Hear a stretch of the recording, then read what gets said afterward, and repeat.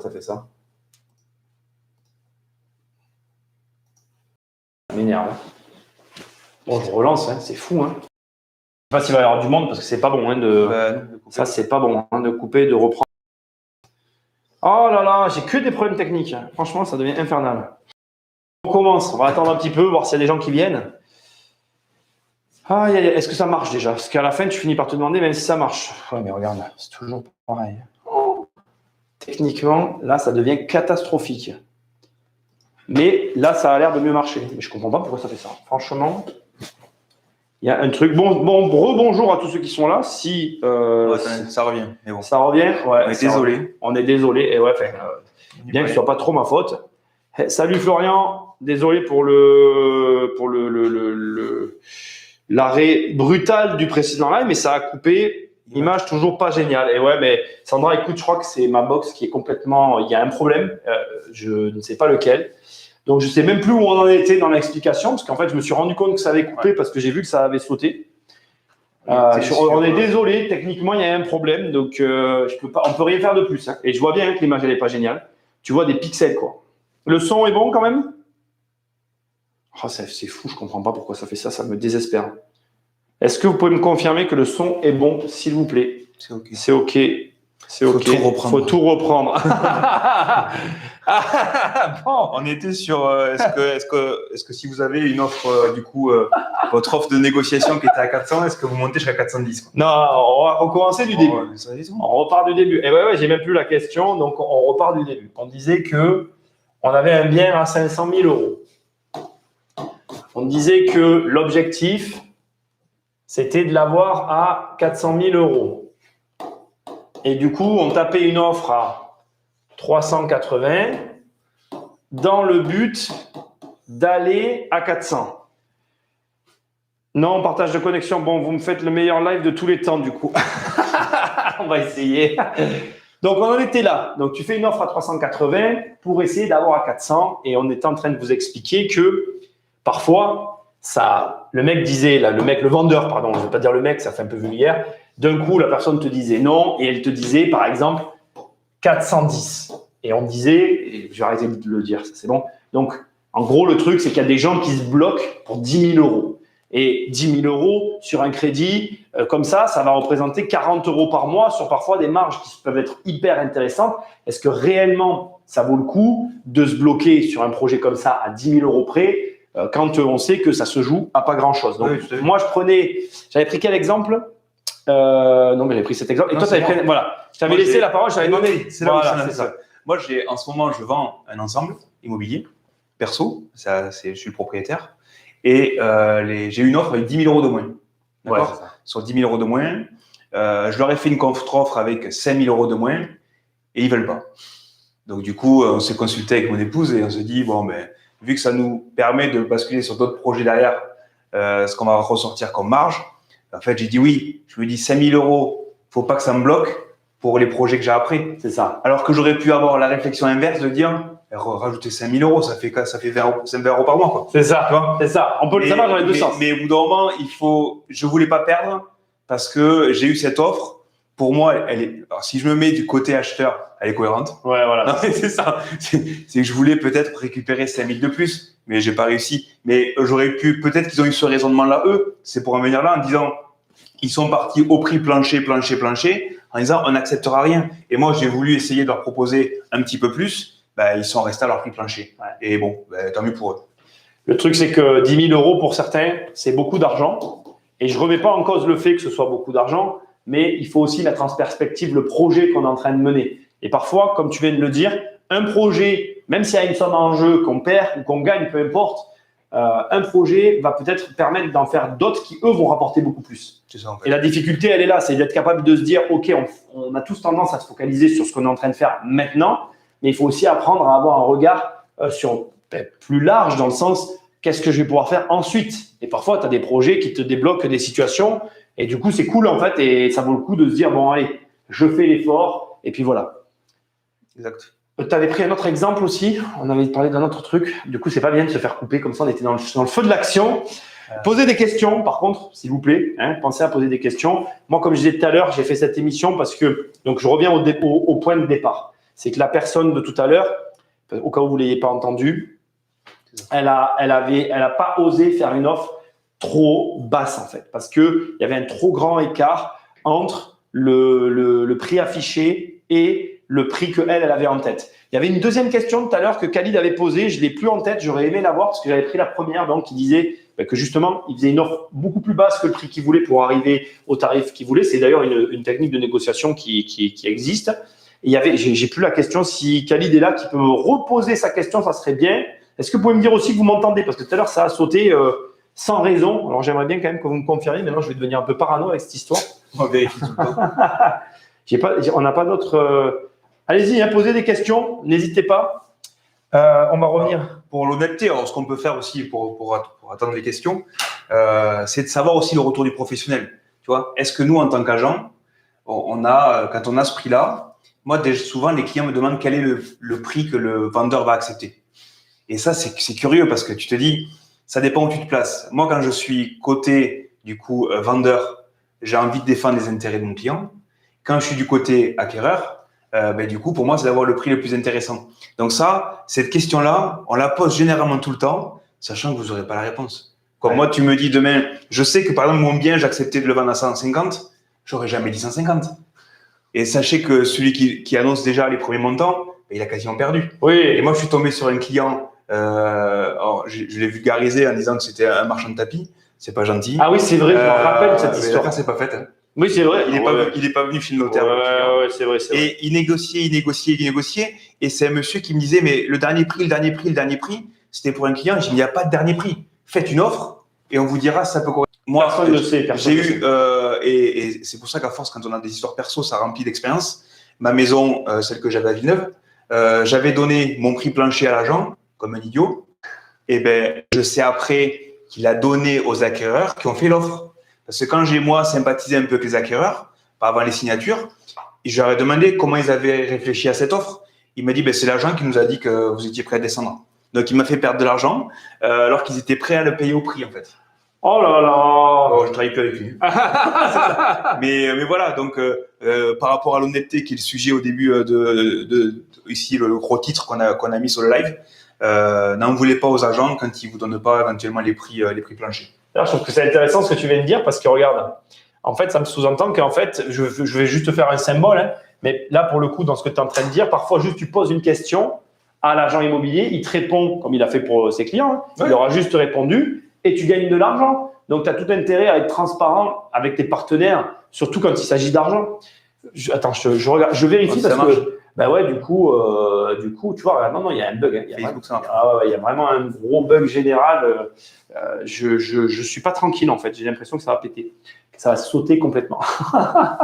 Donc voilà, oui, c'est vrai qu'il faut poser des questions sur. Après, tu vois le cas de l'offre que j'ai eue perso, j'étais bien parce que comme j'avais les deux parties, le côté agent, mais parce que je suis aussi propriétaire. Bon, j'étais transparent avec eux, je leur ai dit que j'étais propriétaire. Ah oui, d'accord. Au moins, quand tu parles avec des gens qui connaissent tellement bien le bien, je pense que ça se voyait que j'étais propriétaire. Parce que je ne pouvais pas connaître autant d'informations comme ça sur le bien. Mais j'ai pas annoncé rien du tout. Et c'est pas être froid, c'est le principe de la négociation. C'est qu'au bout d'un moment, ils m'ont demandé plein de choses et j'aurais répondu sur plein d'autres choses en fait. C'est vrai que… Et inversement, je n'aurais pas posé de questions non plus sur leur budget. On attendait l'offre. Donc, ça veut dire que ces questions-là, posez-les, mais vous n'aurez peut-être pas les réponses. Est-ce que tu penses que les gens sont à l'aise ou pas à l'aise avec la négo? Alors, je pense qu'ils ne le sont pas. Ah ouais? Ouais. Alors, moi, c'est assez drôle parce que la dernière négociation, du coup, je l'ai perdue. Et je partais confiant quand même. Je partais confiant parce que pour moi, le sentiment que j'avais de ces personnes-là, c'était pas des gens c'était leur premier investissement qu'ils achetaient. Ouais. Et pour moi, et pour te dire comment c'est passé, je fais l'offre d'abord à la dame, la contre-offre. Elle dit j'en parle à mon mari. Donc déjà, ils n'ont pas réfléchi dessus, donc ils n'avaient pas prévu de payer plus. Et quand j'appelle hier, je le fais sur la route tranquille, ma femme est à côté de moi, mais je suis à l'aise, quoi, tu vois. Je suis à l'aise et j'ai pris dans la gueule que j'ai pas gagné. Donc il y a des gens qui sont à l'aise. Moi, j'ai aucun souci, mais des fois, tu as des gens qui ont un charisme en face qui est différent et qui peuvent te mettre mal à l'aise. Et ça, c'est pour ça que nous, on dit aux agents, préparez quasiment tout le script de votre négociation parce qu'il faut prévoir les différents scénarios qui peuvent se poser parce que quand vous négociez, la réaction de la personne en face est peut-être à préparer si tu n'es pas à l'aise. Et moi, hier, pour moi, j'étais prêt, ça allait. C'est pas passé. Mais il y en a qui sont plus à l'aise, ouais, c'est sûr. Qu'est-ce qui fait que tu crois que quelqu'un va être à l'aise? Parce qu'en fait, ce qui est intriguant avec l'immobilier, c'est qu'on manie des gros montants, tu vois. Comment tu fais pour être à l'aise avec des gros montants? Je pense que nous, dans l'investissement, on a quelque chose qui est facile, c'est la rentabilité du bâtiment. Ouais. Ça veut dire que déjà… Tu fais la boussole. Ouais. Tu peux déjà justifier que par rapport à la rentabilité, par rapport aux travaux, que ton offre va être plutôt par là que plutôt par ce qu'il en veut. Quand c'est la résidence principale, ça va être peut-être plus compliqué parce que les arguments sont pas assez factuels. Ouais. C'est de l'émotionnel. Ouais. La RP, c'est de l'émotionnel. J'ai toujours eu du mal à négocier ma maison, alors que quand même la dernière c'était bien. Mais par exemple, il y a peut-être aussi la facilité et l'assurance. D'accord. Tu vois, nous, le dernier bien qu'on a négocié, je l'ai négocié énormément. Ils sont bientôt, l'acte authentique est bientôt là. On l'a bien négocié, mais parce que du coup, j'étais sûr de moi en fait. Et l'assurance, tu l'acquiers comment? Je te triture parce que je sais que tu l'acquiers quand tu te fais avoir, quoi. Quand tu fais la négociation. Non, mais moi, je me régale en fait. Moi, je me régale à négocier parce que dans tous les cas, ça va bien se passer. Il faut juste que tu ne sois pas fermé à parler avec les gens. Et au début, c'est clair, moi, ma première maison, je n'ai pas négocié et j'ai dû la payer super cher. La petite maison que j'avais là. La petite maison que tu avais dans le village à côté de… c'est ça. Ouais, je vois. Toi, tu l'as vu rénover. Ouais. Mais on n'a pas négocié du tout. C'est notre première maison qu'on a achetée avec ma femme. Et je t'assure que j'aurais même pas pensé négocier parce que j'étais pas à l'aise. Maintenant, j'aurais la même situation avec l'expérience qu'on peut avoir. Je pense que tu es obligé de te planter au début. Ouais, le passage le plantage, tu l'éviteras pas. C'est après, au pire, tu fais pas l'affaire, quoi. Oui. On t'oblige de rien. On t'oblige à rien. Mais c'est vrai que les premières affaires, soit tu es un énorme commercial, mais après il faut tomber pas dans le cliché aussi de toi. Toi, l'affaire qu'on n'est pas allé au bout là, le marchand de tapis. Clairement, au début, je pensais qu'il était bon. À la fin, non, en fait. Il s'est même pas pointé chez le notaire. Après, dans ce cas-là, dans le cadre de là, tu m'avais expliqué, dans le cadre de cette affaire-là, c'est lui qui a raté une opportunité. Oui, voilà. Lui, il a raté une opportunité. Au final, il avait super bien négocié, le mec, et il a voulu tellement abuser de la négociation qu'il a tout perdu, quoi. Enfin, c'est extérieurement, son interprétation. Pour vous expliquer rapidement, il a bien négocié, alors vraiment très très bien, et il en a rajouté jeudi alors qu'on signe le lundi. Et là, en fait, nous, on a un peu craqué parce que tu veux bien négocier énormément. Mais là, moi, mon honnêteté envers mes vendeurs, il fallait que je la défende. C'était pas possible. Oui, c'était pas possible. On peut pas trop. Et cet immeuble-là est toujours pas vendu. Ils ont accepté du coup quand même psychologiquement que le prix n'était pas celui qu'ils en estimaient au départ, parce qu'on a récupéré un prix qui avait été fait par d'autres professionnels. Donc, on va dire que c'est une bonne chose qui s'est passée. Ça a permis de faire. Alors, Robert nous dit, les gros chiffres font ni chaud ni froid quand tu travailles dans l'immobilier. C'est pour les personnes extérieures que ça impressionne. Ouais, peut-être. Non, c'est sûr. Moi, la limite, tu vois, c'est peut-être les bâtiments au-dessus d'1 million d'euros. Après, en dessous, mais après, c'est propre à notre région et encore pas forcément, parce que si tu commences à dériver sur Toulouse, tu vas y être confronté. Ah, t'as raison. Après, pour moi, on va dire que là où je te rejoins, il y a quand même deux grandes étapes dans l'immobilier lambda. C'est effectivement 500 000 euros. Il y a vraiment énormément de monde de 0 à 500, beaucoup moins de monde de 500 à 1 million. Et au-delà d'1 million, je parle dans l'achat, on est bien d'accord, je parle dans l'achat de bâtiments. Tu vois, tout à l'heure, tiens, j'ai eu les chiffres finalement, mais on ne travaillera pas avec, tu n'es même pas au courant de ce que je vais dire. Tout à l'heure, j'ai eu le client là, avec qui on m'avait donné les coordonnées. On est en prix d'achat à 1 million d'euros et il y a 14 maisons. Alors attention, ce que je suis en train de vous dire là, 14 maisons, ce n'est pas 14 que des maisons. Je sais que sur les 14 maisons, et d'ailleurs je ne dois pas trop me tromper, il doit y avoir 4 apparts, style une maison qui a été divisée, tu sais, en logements, etc. Et le reste, c'est que de la maison. On a une belle rentabilité sur un produit comme ça, mais on est sur 1 million. Donc c'est vrai qu'on arrive dans des tarifs où il n'y a pas beaucoup de monde en fait, quand on dépasse à ces prix-là. Et après, là où tu as raison Robert, c'est vrai que de l'extérieur, c'est impressionnant, mais la vérité, c'est que c'est plutôt par là que tu commences à gagner de l'argent suffisamment pour dire j'en vis confortablement. Quand je parle, j'en vis confortablement. Quand moi, je fais plein de vidéos sur le sujet où j'ai l'air de dire qu'il faut beaucoup d'appartements pour vivre de l'immobilier. Je parle comme ça parce que quand tu fais le package de tout, c'est-à-dire les aléas, les impayés, les travaux, c'est-à-dire la vie d'un investissement, eh ben, tu vas te rendre compte qu'il y a quand même un point à partir duquel tu en vis effectivement, et il y a un point en dessous duquel, même si tu as l'impression d'avoir quand même un patrimoine conséquent, c'est difficile d'en vivre. C'est mon interprétation personnelle. Et je parle bien d'en vivre, c'est-à-dire prendre de l'argent et payer ses charges avec. J'aurais dit que sa limite, c'est la délégation de la banque, du banquier. Si ça reste tu vois, là, c'est rigolo parce que hier, je suis allé à la banque parce qu'en fait, il y a eu un nouveau directeur d'agence chez nous. Donc, j'ai voulu aller me présenter les projets qu'on avait actuellement. Et ça se trouve que c'est un directeur que j'avais déjà connu autre part. Donc, il était content de me voir, on a bu le café, etc. Et il m'a donné, du coup, les consignes pour que ça reste dans sa délégation, en fait.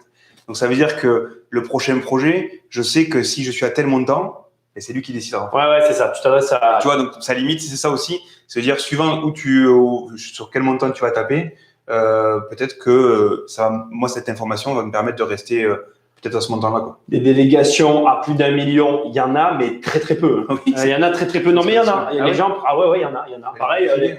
Non, même pas. Il y a des banques de détail il arrive. Alors après, c'est au cas par cas. Il faut voir l'agence.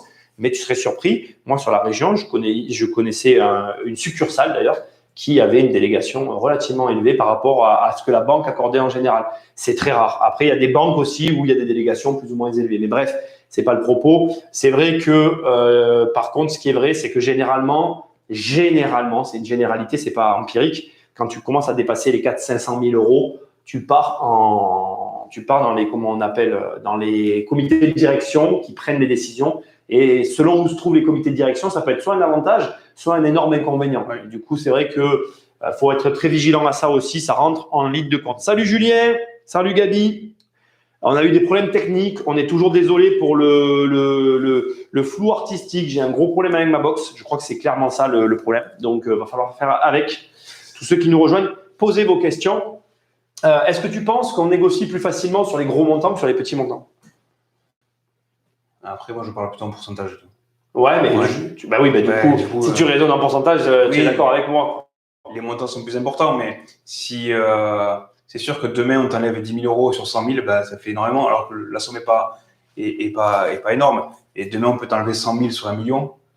En fait, c'est pareil, sauf que la somme, elle est quand même plus importante. Plus importante, ouais. Moi, je fonctionne en pourcentage. Ouais. C'est en disant que je regarde le pourcentage de la négociation par rapport au prix de départ. Combien ça correspond. J'avais au tout début. T'es un soldeur en fait. Ouais, c'est ça. Un déstockeur. Moi, j'avais une logique au début quand je faisais mes premiers achats. J'enlevais 20% en fait. Et je me trouvais que j'étais pas dans la bonne démarche parce que pour moi, je trouvais pas le prix par rapport à la justification, mais je faisais d'abord mes 20%. Ouais. Je cherchais après à justifier en fait. Bon, ça a marché comme ça, mais plus tu tombes sur des gens qui sont sérieux et plus tu tombes sur des bonnes estimations. Du coup, ton 20%, il est plus cohérent. Faut pas négocier pour négocier, en fait, tu vois. Donc, ce montant-là, il faut qu'il soit, il faut que vous puissiez vous regarder en face en disant, j'ai fait cette offre parce qu'elle est honnête et parce que ça, pour moi, ça ne vaut pas plus. Surtout que parfois, il ne faut pas négocier. Oui, c'est ça. En fait, le problème, d'ailleurs, s'il y a un défaut dans la négociation, c'est ça. Les mecs qui négocient tout le temps, ils sont plus capables de voir les moments où il ne faut pas négocier, en fait. Moi, j'ai eu 5 clients qui a. Ouais, j'ai eu un client hier, à l'accompagnement. Il me dit, à chaque fois que je trouve un bien, le lendemain ou 2 jours après, c'est vendu. Donc, c'est pour ça qu'on a revu ensemble avec lui en disant qu'il va falloir être un peu plus réactif. Ah ben oui. Parce que du coup, il me dit, mais quand je trouve quelque chose, 2 jours après, c'est vendu. Donc, du moment où et donc, on parlait de la proximité du coup de l'achat, parce qu'il me dit, moi, si j'ai 500 km à faire, avec mes congés à poser, tout ça, je peux pas demain visiter en fait. Donc on a revu avec lui, du coup, que ça soit plus proche de chez lui peut-être, et de peut-être nous faire confiance au moins pour les premières négociations, etc. Et de venir après avoir fait l'affaire en fait. Plus agir sur la réactivité au détriment de certains éléments, c'est logique. Julien nous dit on voit pas vos rides avec la qualité de l'image, c'est fait exprès. Ouais, c'est un choix. On veut rester éternellement jeune. Et Gabi nous dit comment flouer l'agent immobilier. Le flouer. Alors, non mais on va pas t'expliquer tout ça, Gabi, voyons. Sinon, j'ai bien compris ta question, Gabi. J'ai bien reçu ton mail et je ne vais pas le traiter du coup. Tiens. Moi, je vais t'appeler. Moi, je voulais t'appeler hier, mais je t'appellerai, je pense, ce soir ou demain. Mais je t'appelle. Le flouer, si le gars est sérieux, moi, j'ai peut-être changé d'avis maintenant parce que je suis de l'autre côté, mais tu te dis, souvent, tu as plus d'intérêt et tu as plus d'effet de levier avec un professionnel, avec un agent, s'il est bon en fait. Ça veut dire que si le gars, moi j'ai déjà fait acheter avec agence, perso, hein, mais j'ai demandé de négocier moi en fait. Parce que je savais très bien qu'un mec, en face, j'avais quelqu'un qui allait peut-être pas faire l'affaire et je voulais pas passer à côté. Avant que tu vas prendre les questions. Moi, je vais te répondre, Gabi. Parce que ta question, je l'aime bien et je vais te montrer comment flouer un agent immobilier. Et en plus, ça nous est un petit peu arrivé. Donc, c'est un peu d'actualité. Comme ça, je vais voir un peu comment vous tous réagissez. Premièrement, tu fais faire une estimation à une agence. C'est la première chose que tu fais estimer ton bien à l'agence. Deuxième chose, tu ne lui donnes pas à la vente. Tu me poser une question, je te réponds. Troisième chose, tu essayes de le vendre toi tout seul sur le bon coin.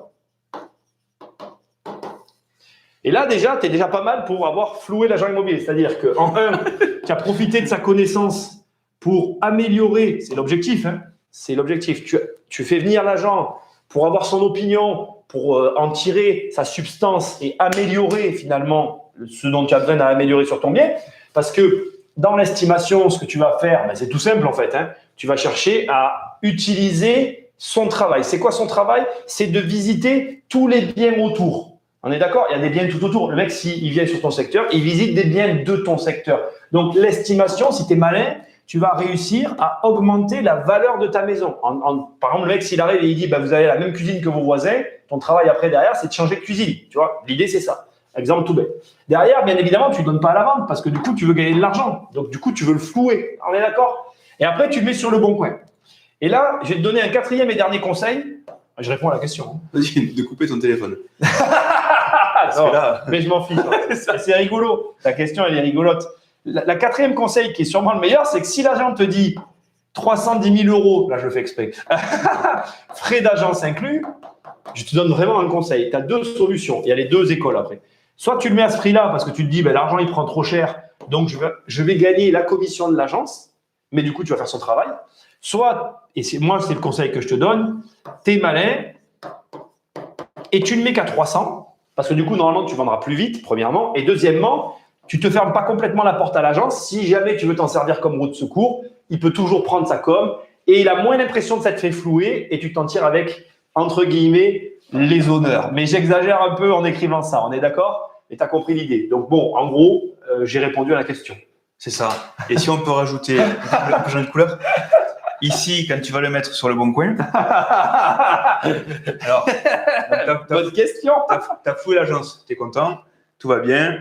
Ici, ton bien, comme il est bien estimé et que tu sais qu'il y a la demande, tu vas avoir ici 300 appels téléphoniques. D'accord? Donc, ça veut dire que tu vas prendre sur ton temps pour gérer ces 300 appels en plus de ton travail. Donc, à la fin, tu vas craquer, d'accord? Tu vas craquer et tu vas rappeler l'agent. Et il est signé. Alors, voilà, donc ça veut dire que quand vous faites oui, ça, tu as raison, ça c'est cool. Après, et ça, c'est là où moi je suis aussi d'accord, c'est de dire laisse-toi la porte ouverte toujours d'aller chercher un agent parce que sinon, ça sera plus pratique pour ta vente. Je vais continuer l'histoire parce que je trouve qu'elle mérite d'être continuée. Non, c'est pas ça que je veux faire. Pourquoi ça me fait ça? Tiens-moi ça 2 secondes, ça marche pas là. Ah oui, parce que je sais pourquoi, c'est ça. Voilà, on va... non, bon, d'accord. Voilà, c'était ça que je voulais faire. On va continuer un peu l'histoire. Je vais la mettre ici, celle-là, l'histoire. Et je vais un petit peu te la continuer maintenant, si tu veux bien, Gabi, parce que je trouve que c'est intéressant. Donc, on est d'accord, tu es là. Et en fait, ça nous est arrivé, c'est pour ça que je l'ai bien en tête. Et il y a une histoire alternative. Je vais l'écrire en cette couleur. Je ne connais pas les couleurs. L'histoire alternative, elle n'est pas drôle, celle-là. Et par contre, je vais te l'expliquer parce que c'est un peu l'erreur. Donc, c'est la même histoire que celle que je viens de t'expliquer, qui est la réalité pour flouer une agence. Et en alternative, c'est lorsque le client il met à 310 000 €.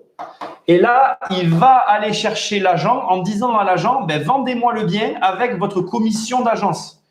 Donc, c'est-à-dire qu'en gros, le mec, il dit, vous allez le vendre 325 000 €. c'est ce qu'il demande. Tu comprends ce que je veux dire? C'était pas ça que je voulais faire. Je vais y arriver. 325 000 euros parce que l'agence va rajouter 15 000 euros. Alors, je suis un chiffre au hasard. Hein.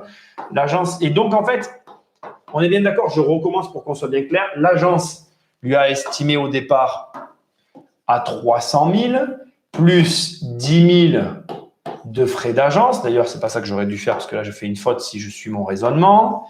Et en fait, le client lui demande du coup, parce qu'il maintenant il s'est mis en tête qu'il en voulait 310 parce qu'il a essayé de le vendre lui à ce prix-là, et il demande à l'agence finalement d'aller vendre encore plus cher que plus cher. Et ça, franchement, c'est vraiment un conseil que je vous donne. Hein. Ne le faites pas.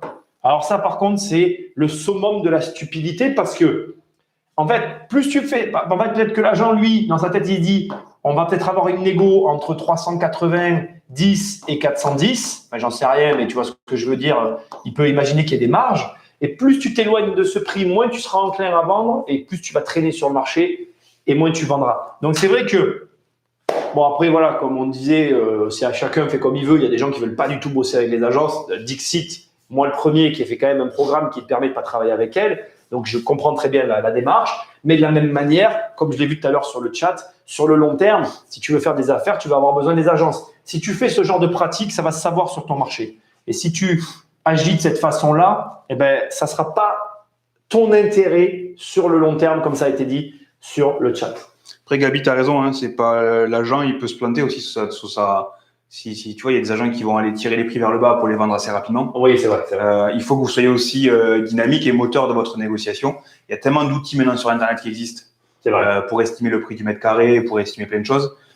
Essayez de réfléchir aussi de votre côté. Ne soyez pas passif sur cette estimation. Donc, effectivement, oui, demain, moi, je t'estime un bien beaucoup moins cher. Je vais plus le vendre, mais j'aurais manqué d'honnêteté par rapport à mon client. Quoi.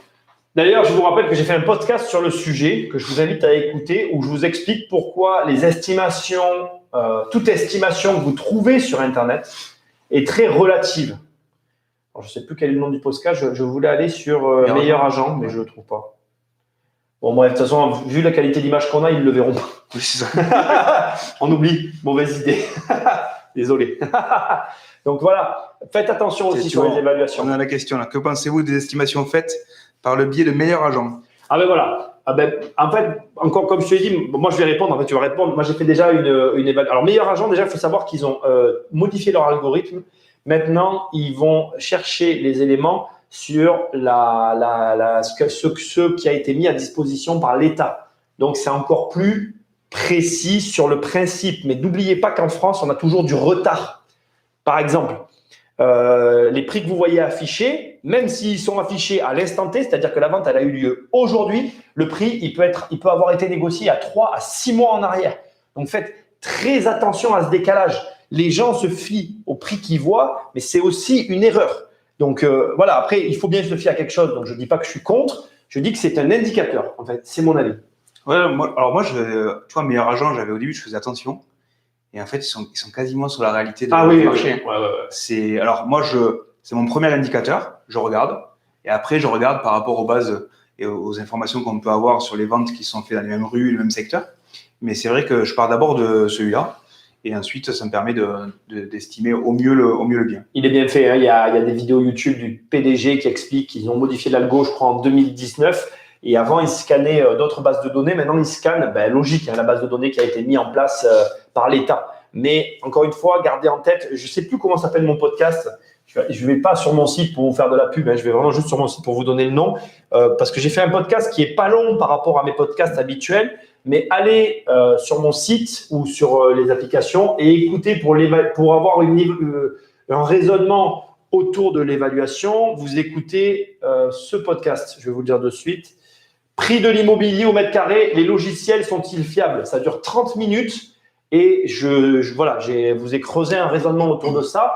Moi, personnellement, après, comme je suis d'accord avec Jérôme, je pense que de toute façon, on a besoin d'outils pour se forger une idée. Donc, tous les outils sont bons à prendre. Après, j'aimerais amener aussi une précision importante. Tu peux avoir 2 agents immobiliers. On va imaginer que moi, j'ai un carnet d'adresses. Je vais prendre je vais prendre mon portefeuille. J'ai un carnet d'adresses qui est un carnet d'adresses d'étrangers richissimes qui vivent dans un pays anglophone, peu importe, voilà le cliché même de l'américain. Lui, il travaille qu'avec des locaux sur le même secteur. Tu vas avoir une variation de prix pour la même maison, juste parce que j'ai ce carnet, en fait. Et ça, il vous faut l'entendre, parce que c'est très compliqué à l'accepter de se dire que certains agents, et c'est une vérité, sont capables de te vendre plus cher ton bien immobilier que d'autres. Et de la même façon, d'ailleurs, certains agents sont capables de te faire perdre de l'argent. Et comme l'a dit tout à l'heure quelqu'un dans les commentaires, c'est pas une question de bon ou de mauvais, c'est la méthode de travail, l'expérience, c'est un ensemble d'éléments. Et le carnet d'adresses, c'est bête, mais ça joue énormément. La personne que j'ai appelée tout à l'heure là pour les biens à 1 million d'euros, elle avait dans ses conditions de vente obligatoires, elle voulait absolument que la personne, elle n'ait pas de conditions suspensives de prix. Et il se trouve que moi, dans mon réseau, j'avais des personnes qui étaient capables de répondre à cette demande. Et c'est comme ça que j'ai eu le contact, d'ailleurs. Donc, l'idée, c'est de bien comprendre qu'en fonction de à qui tu t'adresses, tu ne vas pas avoir les mêmes résultats. Et contre ça, personne ne peut rien, quoi. Voilà, je veux dire, on a tous des compétences différentes. Julien mettait que le prix de DVF, donc c'est l'outil qu'on utilise. Oui, c'est ça. Ne prend pas en compte l'état du bâtiment. Ah oui. Alors, on a fait une vidéo, c'est moi qui l'ai faite, pour les mandataires, que vous avez sur la formation 1 million, sur l'estimation, comment estimer. Et effectivement, il y a 3 critères en place et tu as l'état du bâtiment qu'il faut prendre. Ah. Si ton voisin a vendu 2000 euros du mètre carré et que toi, elle est pourrie, tu n'es pas 2000 euros du mètre carré. Et inversement, si le voisin est pourri, il faut que tu prennes en compte que le prix du mètre carré, c'est fini. Et attends, il y a un facteur, je te coupe parce qu'il faut que je le dise avant que je le perde. Dans l'état du bâtiment, il y a un facteur qui est indissociable, c'est qui a acheté. Parce que tu as un entrepreneur du bâtiment qui achète. Ah oui, tu as vu Alors, il y a le PS qui a vendu son siège à Solferino il y a 3 ans. Peut-être je me trompais sur les chiffres, 45 millions. Ils l'ont vendu, donc le vendeur l'a vendu aujourd'hui 3 fois le prix, en 3 ans. Donc, soit en fait, le PS n'était pas dans les clous, soit le gars qui vend, il avait une bonne clientèle. Ils ont vendu à une société qui fait de la parfumerie. 3 fois le prix en 3 ans. En fait, l'immobilier, c'est tellement de paramètres et je le dirai jamais assez. Vous devez faire confiance aux agents immobiliers, malheureusement, et apprendre à travailler avec eux, mais vous devez aussi développer vos compétences. Il n'y a pas de secret, en fait. Je pourrais tout vous expliquer que la compétence, si tu l'as pas, ça servira à rien, quoi. C'est bien, Sandra, Interparfum. Ah ouais. C'est bien. Likez la vidéo, les amis. Quand tu dis Sandra, je pense à liker maintenant. Non, mais c'est sûr que il faut que vous preniez du recul sur votre bien. Et en plus, estimer son bien, je trouve que c'est drôle, tu vois. Parce qu'il faut avoir quand même du recul. On surestime souvent son bien. Moi, hier, la banque me demandait du coup mon patrimoine et me demande ma valeur estimée de ma maison. Donc, je lui ai donné un montant. Et ma femme me dit, mais t'es sûr du montant? Je dis, je sais pas en fait. C'est que j'ai donné un montant théorique, mais peut-être que je la surestime parce que pour moi, je pense qu'elle vaut tel prix. Et si je fais venir un agent, peut-être qu'il va me dire, elle vaut 50 000 euros de moins ou 100 000 euros de moins. Et ça, il faut prendre du recul. C'est comme la valeur locative. Quand vous faites un investissement et que vous estimez votre valeur locative pour votre rentabilité, demandez-la à un professionnel. Parce que vous allez vouloir faire le projet et vous allez toujours estimer peut-être au-dessus de ce que ça vaut. Je vais réagir à ce que vient de dire Jérôme et je vais vous délivrer encore une théorie qui... Ça, c'est intermédiaire et ça, c'est confirmé. Je dirais que cette courbe-là, ce laps de temps, tu peux l'étaler sur entre 8 et 15 ans. Je n'ai pas de réponse à vous donner, vous allez comprendre. C'est-à-dire que je ne peux pas dire où vous allez vous situer entre ces 8 et 15 ans. Par contre, ce que je peux vous dire, c'est que quand vous êtes plutôt débutant, vous surestimez de 30 à 40% vos biens immobiliers. Vous-même, personnellement, vous les surestimez de 30 à 40%. Et je pèse mes mots.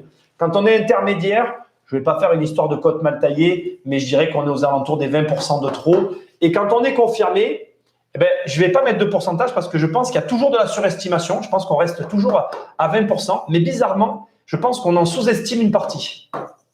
Il y a juste ça qui s'ajoute. Je m'explique, parce que pour l'avoir vécu, moi, il y a un immeuble que j'ai en tête qu'on a vendu. J'étais convaincu, mais alors convaincu, que je ne le vendrai jamais d'un seul tenant. J'étais convaincu, en fait. Et on ne l'a pas vendu, on l'a vendu avant la crise, hein, donc voilà.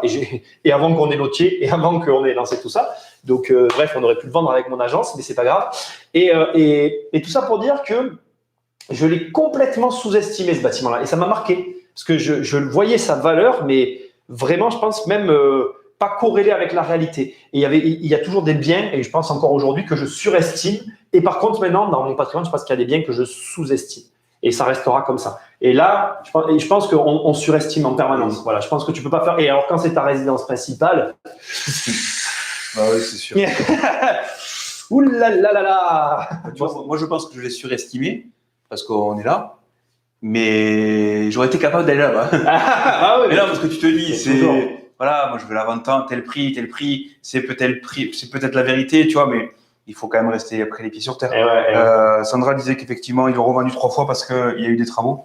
Donc sur le siège du Ah oui, le siège dont tu parlais, je suis pas au courant de cette histoire. France Info, comme j'écoute pas la radio. Du coup, voilà. Donc effectivement, il y a eu une amélioration du bâtiment. Ah ouais. Et il y a du parking et un autre bâtiment en plus. D'accord, oui, il y a eu une amélioration. Donc, tu vois l'information que j'ai eue ce matin, je sais plus quel média, peut-être RMC. Ils n'ont pas donné toutes les infos, tu vois. Mais comme d'habitude, mais il ne faut pas écouter les médias, de toute façon. Donc, tu vois, je vous donne une info, je ne suis pas allé au fond. Merci, Sandra. Il y a des questions ou pas? Non, après, c'est. Je croise les datas pour le prix du mètre carré, Gabi, il dit. Ouais, mais Gabi, toi, tu as les moyens de faire tout ça. Tu es un pirate. Ouais, c'est un informaticien, Gabi, ça compte pas. Et décider, franchement, ça m'énerve. Ma maison est extrêmement chère quand je la fais estimer sur ce site, ce qui m'étonne, Clément. Quel site Sur Meilleur Agent, peut-être. Meilleur Agent? Ouais, je pense. Après, il faut que tu regardes, tu vas sur Google, tu tapes DVF et tu vas avoir, par rapport à ta parcelle de cadastre, tu vas retrouver dans ton secteur les maisons que tu vas avoir autour. Oui. Regarde, c'est peut-être cohérent, hein, ou peut-être pas. Il faut regarder, c'est vrai que. Après, n'oubliez pas, et c'est quand même le sujet de base de cette vidéo, n'oubliez pas que, pour moi, malgré tout, devez-vous faire confiance ou pas à un agent immobilier? Quelle est la valeur de l'agent immobilier, à votre avis? C'est pas sa commission, c'est pas machin, c'est les maisons qu'il visite. Vous ne visiterez. Quelle est sa seule et unique valeur, et qui a une énorme valeur? C'est que plus il en visite, plus il a une idée en temps réel du marché, et c'est pour ça que ça marchera toujours. Les gens ont tendance à dire oui, les agents immobiliers, ça va disparaître, etc. Mais ça ne disparaîtra pas tant qu'on n'a pas un système. Et c'est là où tu vois, il y a des gens qui soutiennent la tokenisation de l'immobilier, etc. Et le fait que ça devienne en temps réel. Aux États-Unis, on achète les biens immobiliers en une journée. En France, on achète les biens immobiliers entre 3 et plutôt 4 à 5 mois maintenant qu'il y a le Covid, et ça peut être plus long. Dixit Canet, n'est-ce pas? Bref, et voilà. Et donc, en fait, le problème, c'est ça aussi, c'est qu'il y a le processus à regarder. Je pense que même si, par exemple, en France, on tokenisait l'immobilier, tant qu'il y aura ce système de notaire et qui ne sera pas aboli, en fait, il y aura des agents immobiliers en France, en fait. Par contre, à l'inverse, aux États-Unis, le système est plus rapide, mais tu vois, ils l'ont réglementé. C'est-à-dire que les particuliers, ils n'ont pas le droit d'acheter en direct. D'accord. Parce que sinon, la profession aurait disparu, peut-être. Ça a laissé la porte à sa disparition. Et c'est logique de comprendre que dans des marchés où il y a une certaine latence, à mon sens, je peux me tromper, tu échanges avec moi dans les commentaires, cette latence, elle est à l'avantage de l'agent immobilier et tu ne pourras pas lutter contre ça. Même si toi, aujourd'hui, tu es investisseur, par exemple, moi, mon défaut, j'investis dans plein de régions différentes. Mais du coup, je n'ai pas une connaissance précise d'un marché et j'ai besoin des agents immobiliers, en fait. Il faut voir que, voilà, même un investisseur, il a besoin de l'agence. En tout cas, il a besoin de cette espèce de, tu vois, d'accès à un secteur qui lui donne une vision d'ensemble que tu n'auras pas, en fait, à moins de faire ce métier. Gabi dit que tu n'as pas le contexte de la vente sur DVF. C'est une indication, en fait, que vous avez. Ah oui, il a raison. Voilà, tu as une indication, il faut que tu prennes un petit peu toutes tes infos. Si demain, le bonhomme avait besoin absolument de vendre et qu'il a bradé son prix, ça ne vaut pas le prix du mètre carré, en fait. On est d'accord. Donc ça, il faut prendre un petit peu tout ça. Les agents, ça c'est cohérent. Pourquoi? Parce que tu vois très bien que souvent les très très bons agents dans les grandes villes, ils font que quelques rues, quelques quartiers, parce que ils vont pas s'ouvrir à tout le département. Au début, tu le fais quand tu débutes, parce que tu as besoin de rentrer plus. Mais après, l'intérêt c'est de se spécialiser. Si tu rentres dans une ville qui a 10 000 habitants, tu peux peut-être rester que sur cette ville. Et après, quand tu as une qui a 50, 60, 70, tu peux faire que des petits secteurs. Regarde. On parle des fois d'agences avec lesquelles tu travailles. Quand tu vois l'expertise qu'ils ont développée sur des petites villes avec des gros portefeuilles de gestion et tout, voilà, je veux dire, je sais pas, t'en fais voir combien il y a d'habitants? Je voudrais regarder quelque chose. Là où il y a l'agence qui a 1000, tu me disais qu'ils ont 1500 logements. Il y a 15 000 peut-être. Donc tu te rends compte, je pense qu'on ne réalise pas nous-mêmes en fait. C'est vrai que moi en tout cas, je ne me rends pas compte réellement de la. Je pense qu'en tant qu'être humain, on ne mesure pas la taille des marchés, en fait. Donc, tu vois, voilà, une ville qui a 10 200 habitants. 10% des... Et ouais, en fait, Jérôme, il travaille avec une agence qui a un portefeuille de gestion de 1500 lots. c'est quand même gros. Enfin, je veux dire, oui, 1500 lots, c'est gros à gérer pour une ville de 10 000 habitants. Pour une ville de 10 000 habitants.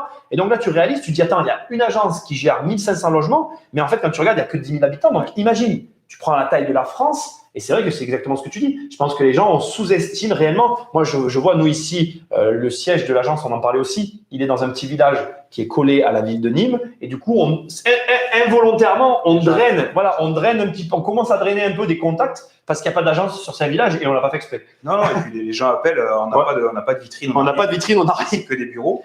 Et les gens appellent. Donc, c'est cool parce que du coup, là, notre agent du secteur récupère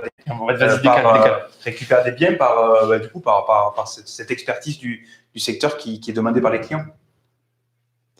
On dit, alors attends. Oui, mais là, par exemple, je regarde pour ma RP et c'est cohérent. On discute beaucoup avec mes voisins et on a toujours eu dans les grandes lignes le pourquoi des ventes des maisons dans notre allée. Donc oui, mais parce qu'en fait, oui. Après, dis-toi que moi, je vais prendre un exemple très tiré par les cheveux, mais tu prends les Champs-Élysées, c'est un marché. Hein. Tu prends juste l'avenue des Champs-Élysées, je suis même certain, je ne le sais pas, mais je suis certain qu'il y a des agents qui ne font que ça. Tu n'as pas besoin d'aller ailleurs, en fait. Tu fais juste la rue des Champs-Élysées, tu essayes de maîtriser entièrement la rue. En fait, même là, regarde, tu prends des rues, quand tu vois le nombre de baraques qu'il y a, ou même des petits villages, dis-toi que voilà, ici, je crois qu'il y a 5000 habitants. Donc, si on essayait de rentrer, je pense que sur les 5000 habitants, il doit y avoir facilement par an, je ne dois pas exagérer, entre 20 et 100 maisons qui doivent se vendre. Mais si tous les ans, on se dit, voilà, moi, je veux récupérer les 100 ventes de la maison de ce village, mais il y a un travail pour une personne, en fait. Ah oui, c'est sûr. Tu pourrais presque… C'est pour ça que ça tourne aussi. Comment réagir quand l'agence surévalue pour avoir le mandat? Et Mathieu, merci. J'adore cette question. Allez, vas-y, commence.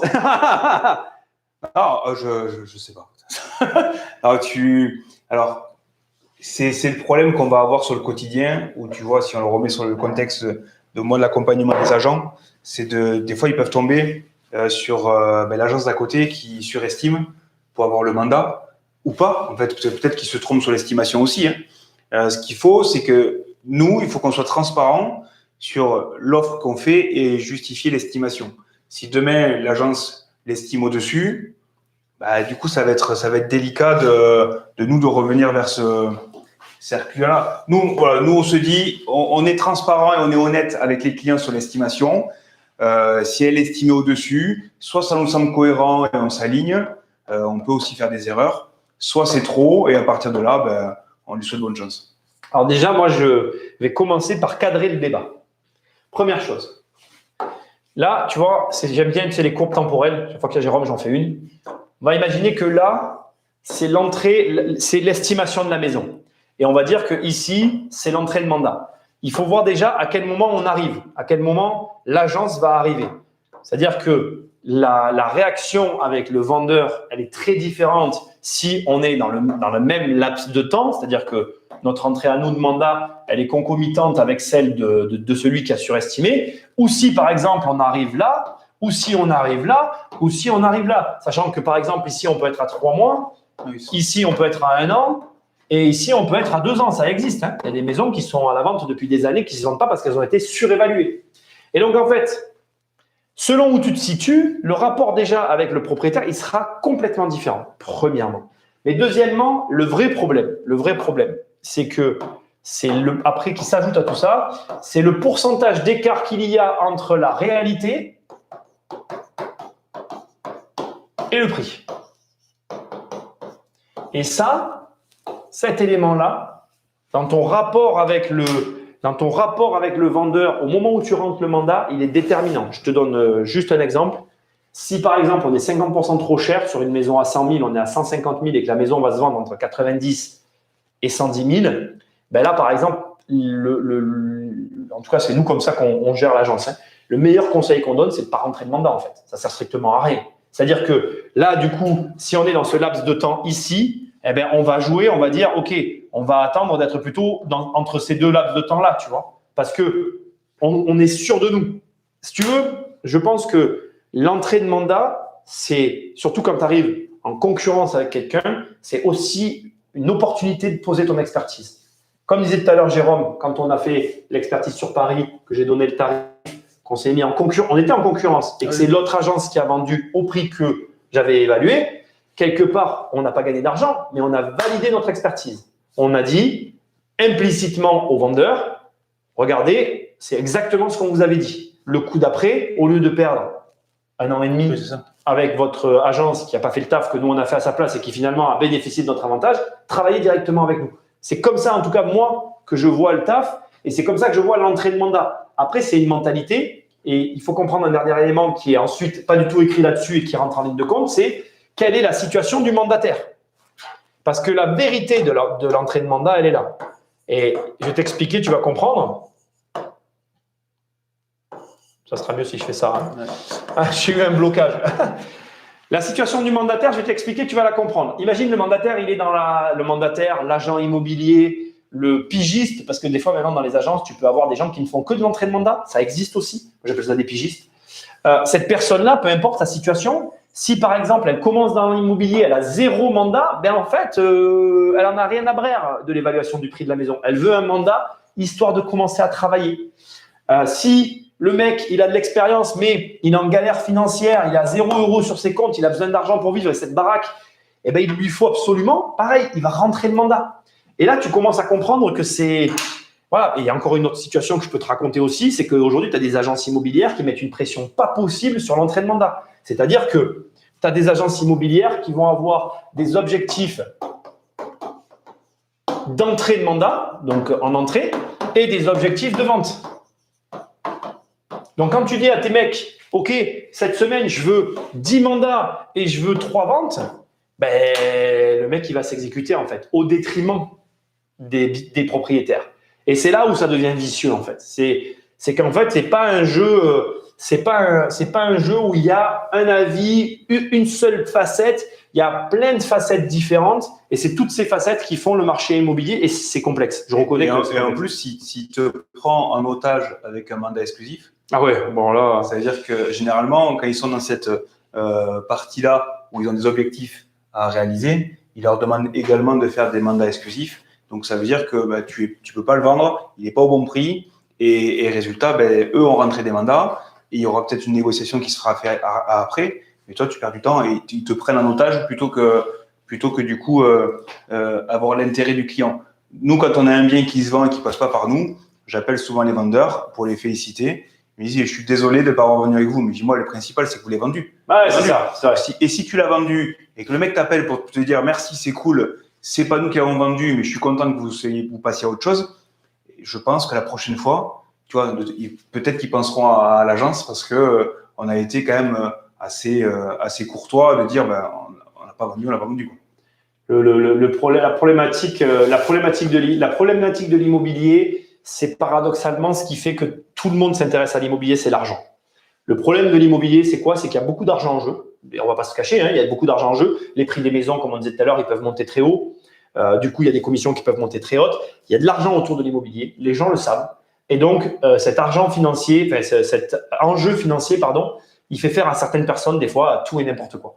Voilà. Donc, je pense que, comme dit Jérôme, lui et nous, d'ailleurs, je dis lui, mais nous, on est dans cette démarche de conseil, d'accompagnement, de valeur, de machin, de trucs. C'est le cas aussi d'autres confrères à nous, et c'est pas le cas d'autres confrères qui choisissent, eux, simplement de se focaliser sur l'entrée de mandat et la vente. Et c'est OK. Il faut pas juger les gens parce que ces gens-là, par exemple, les agences immobilières qui vont avoir des pas de porte et des vues, des vitrines sur la rue, ils vont pas avoir les mêmes frais que nous. Et d'ailleurs, hier, on m'a demandé quelle était la différence entre les mandataires et les agents immobiliers, mais c'est principalement les frais. Hein. Une agence, elle cumule plus de charges qu'un réseau de mandataires. Et cette différence de cumul de charges, elle crée parfois des situations comme celle-là. Après, moi, je blâme personne. Il faut de tout pour faire un monde. Il faut des agences avec des vitrines. Il faut des mandataires.